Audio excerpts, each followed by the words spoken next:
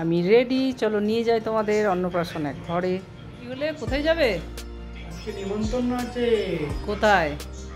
অন্নপ্রাশন আমাদের পড়োশি। আচ্ছা, সামনের বাড়ির ওর নাতনির অন্নপ্রাশন, তাই যাব। কোথায় অ্যাড্রেসটা ঠিক নোট করে রেখেছো ফোনের মধ্যে? DD block.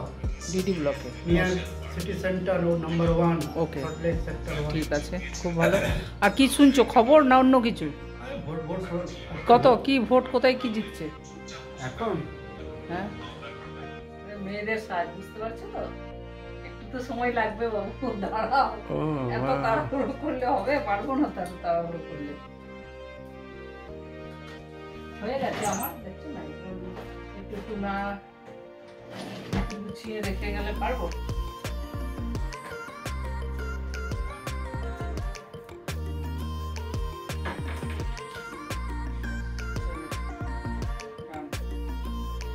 নমস্কার, welcome back to my channel স্মৃতিজ ওয়ার্ল্ড। কেমন আছো তোমরা? আশা করি খুব ভালো আছো। তো দেখো, এখন ঘড়ির কাঁটায় বাজে 12টা। আমরা এখন যাচ্ছি আমাদের সামনের ফ্ল্যাটে, তার নাতনির অন্নপ্রাশন, সেই অন্নপ্রাশনে যাচ্ছি। যদিও এই ভিডিওটা বেশ কয়েক মাস আগের তোলা, আমি দিতে পারিনি, তাই জন্য ভাবলাম আজকে তোমাদের কাছে শেয়ার করি। তাই তোমরা সবাই জুড়ে থেকো এবং দেখো, ভালো ভালো কমেন্টস দিও, লাইক করো। আর যারা নতুন দেখছো তাদেরকে অসংখ্য ধন্যবাদ জানাই। যদি আমার এই চ্যানেলটা তোমাদের ভালো লেগে থাকে তাহলে প্লিজ একটা করে লাইক দিয়ে দিও। আর তোমাদের মন যদি ছুঁয়ে যায় তাহলে যেন সাবস্ক্রাইব করে দিও আর বেল আইকন টিপে দিও, তাহলে আমার ভালো ভালো ব্লগ দেখার নোটিফিকেশান তোমরা পেয়ে যাবে এবং ভালো ভালো ব্লগ দেখতে পাবে।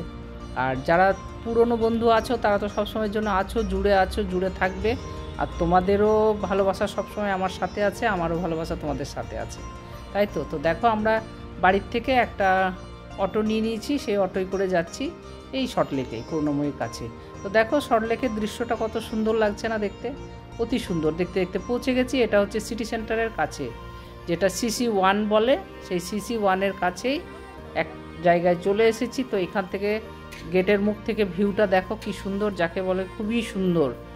লাইন দিয়ে সারি সারি গাড়িগুলো দাঁড়িয়ে আছে। আর এই যে মেট্রো লাইন, একটু আগে গিয়েই সিটি সেন্টার মেট্রো স্টেশন, এই যে চলে এসেছি সোনেট।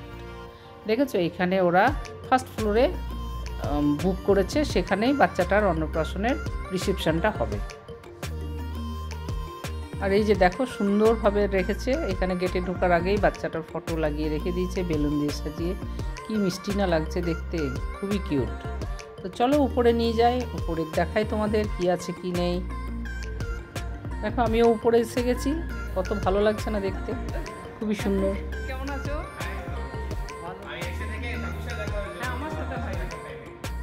কি করা যায় বলো, খুব ভালো সাজিয়েছো।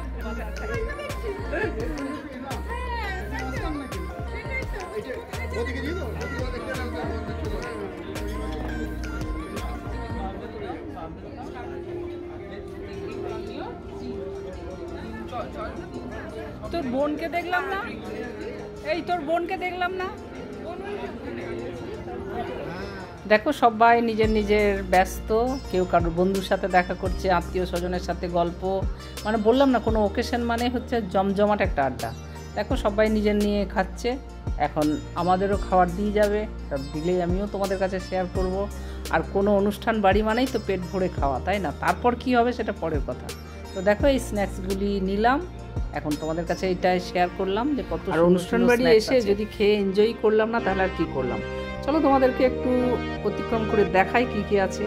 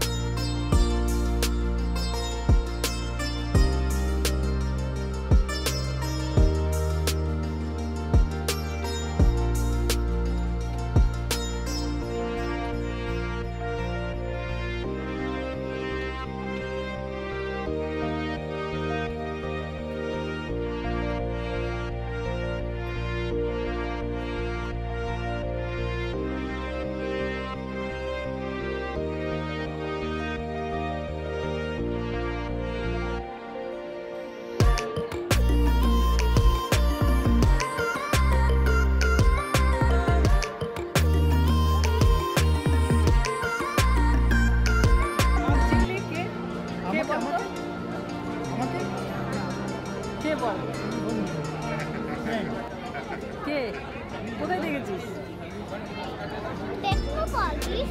ও টেকনোপলিশ, বাহ। নামটা কি তোর? আদিত্রি। আদিত্রি, বাবা রে বাবা। না, আমি তো তুরা জানি। তুরা বলে। আমিও বলি তুরা। আর এটা হচ্ছে আমার পাশে থাকে, এই যে বেবি, কিউট বেবিটা দেখেছো? এদের আমার পাশে ফ্ল্যাট, আর যাদের অন্নপ্রাশন তারা আমার সামনে ফ্ল্যাট। আমরা তিনজনে একটা ফ্লোরেই থাকি, এই তিনটে ফ্যামিলি। তো দেখো আমাদের নিজের ঘরের মতোই সবাই। কত সুন্দর বাচ্চাটা না, খুব ভালো লাগে। এনজয় করো সব কিছুই দেখে।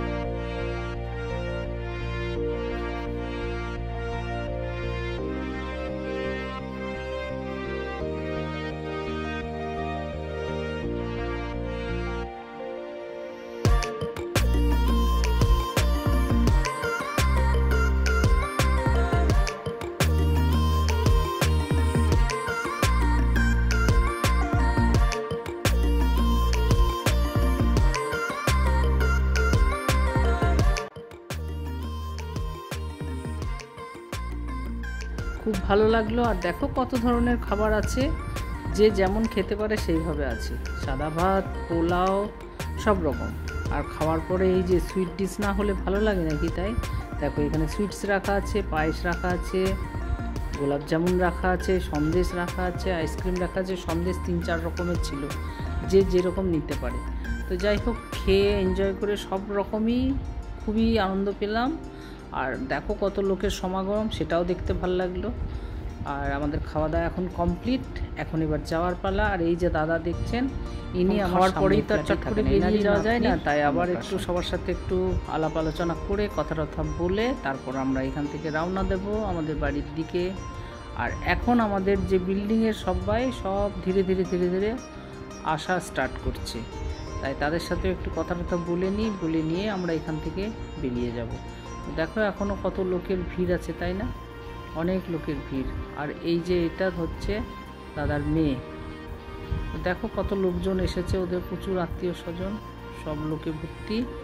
আর এখানে চলে এসছে এই যে আমাদের বিল্ডিংয়ের লোকরা, আসছে একে একে সবার সাথে কথা বলে আমরা এবার টাটা বাই বাই করে বেরিয়ে পড়বো।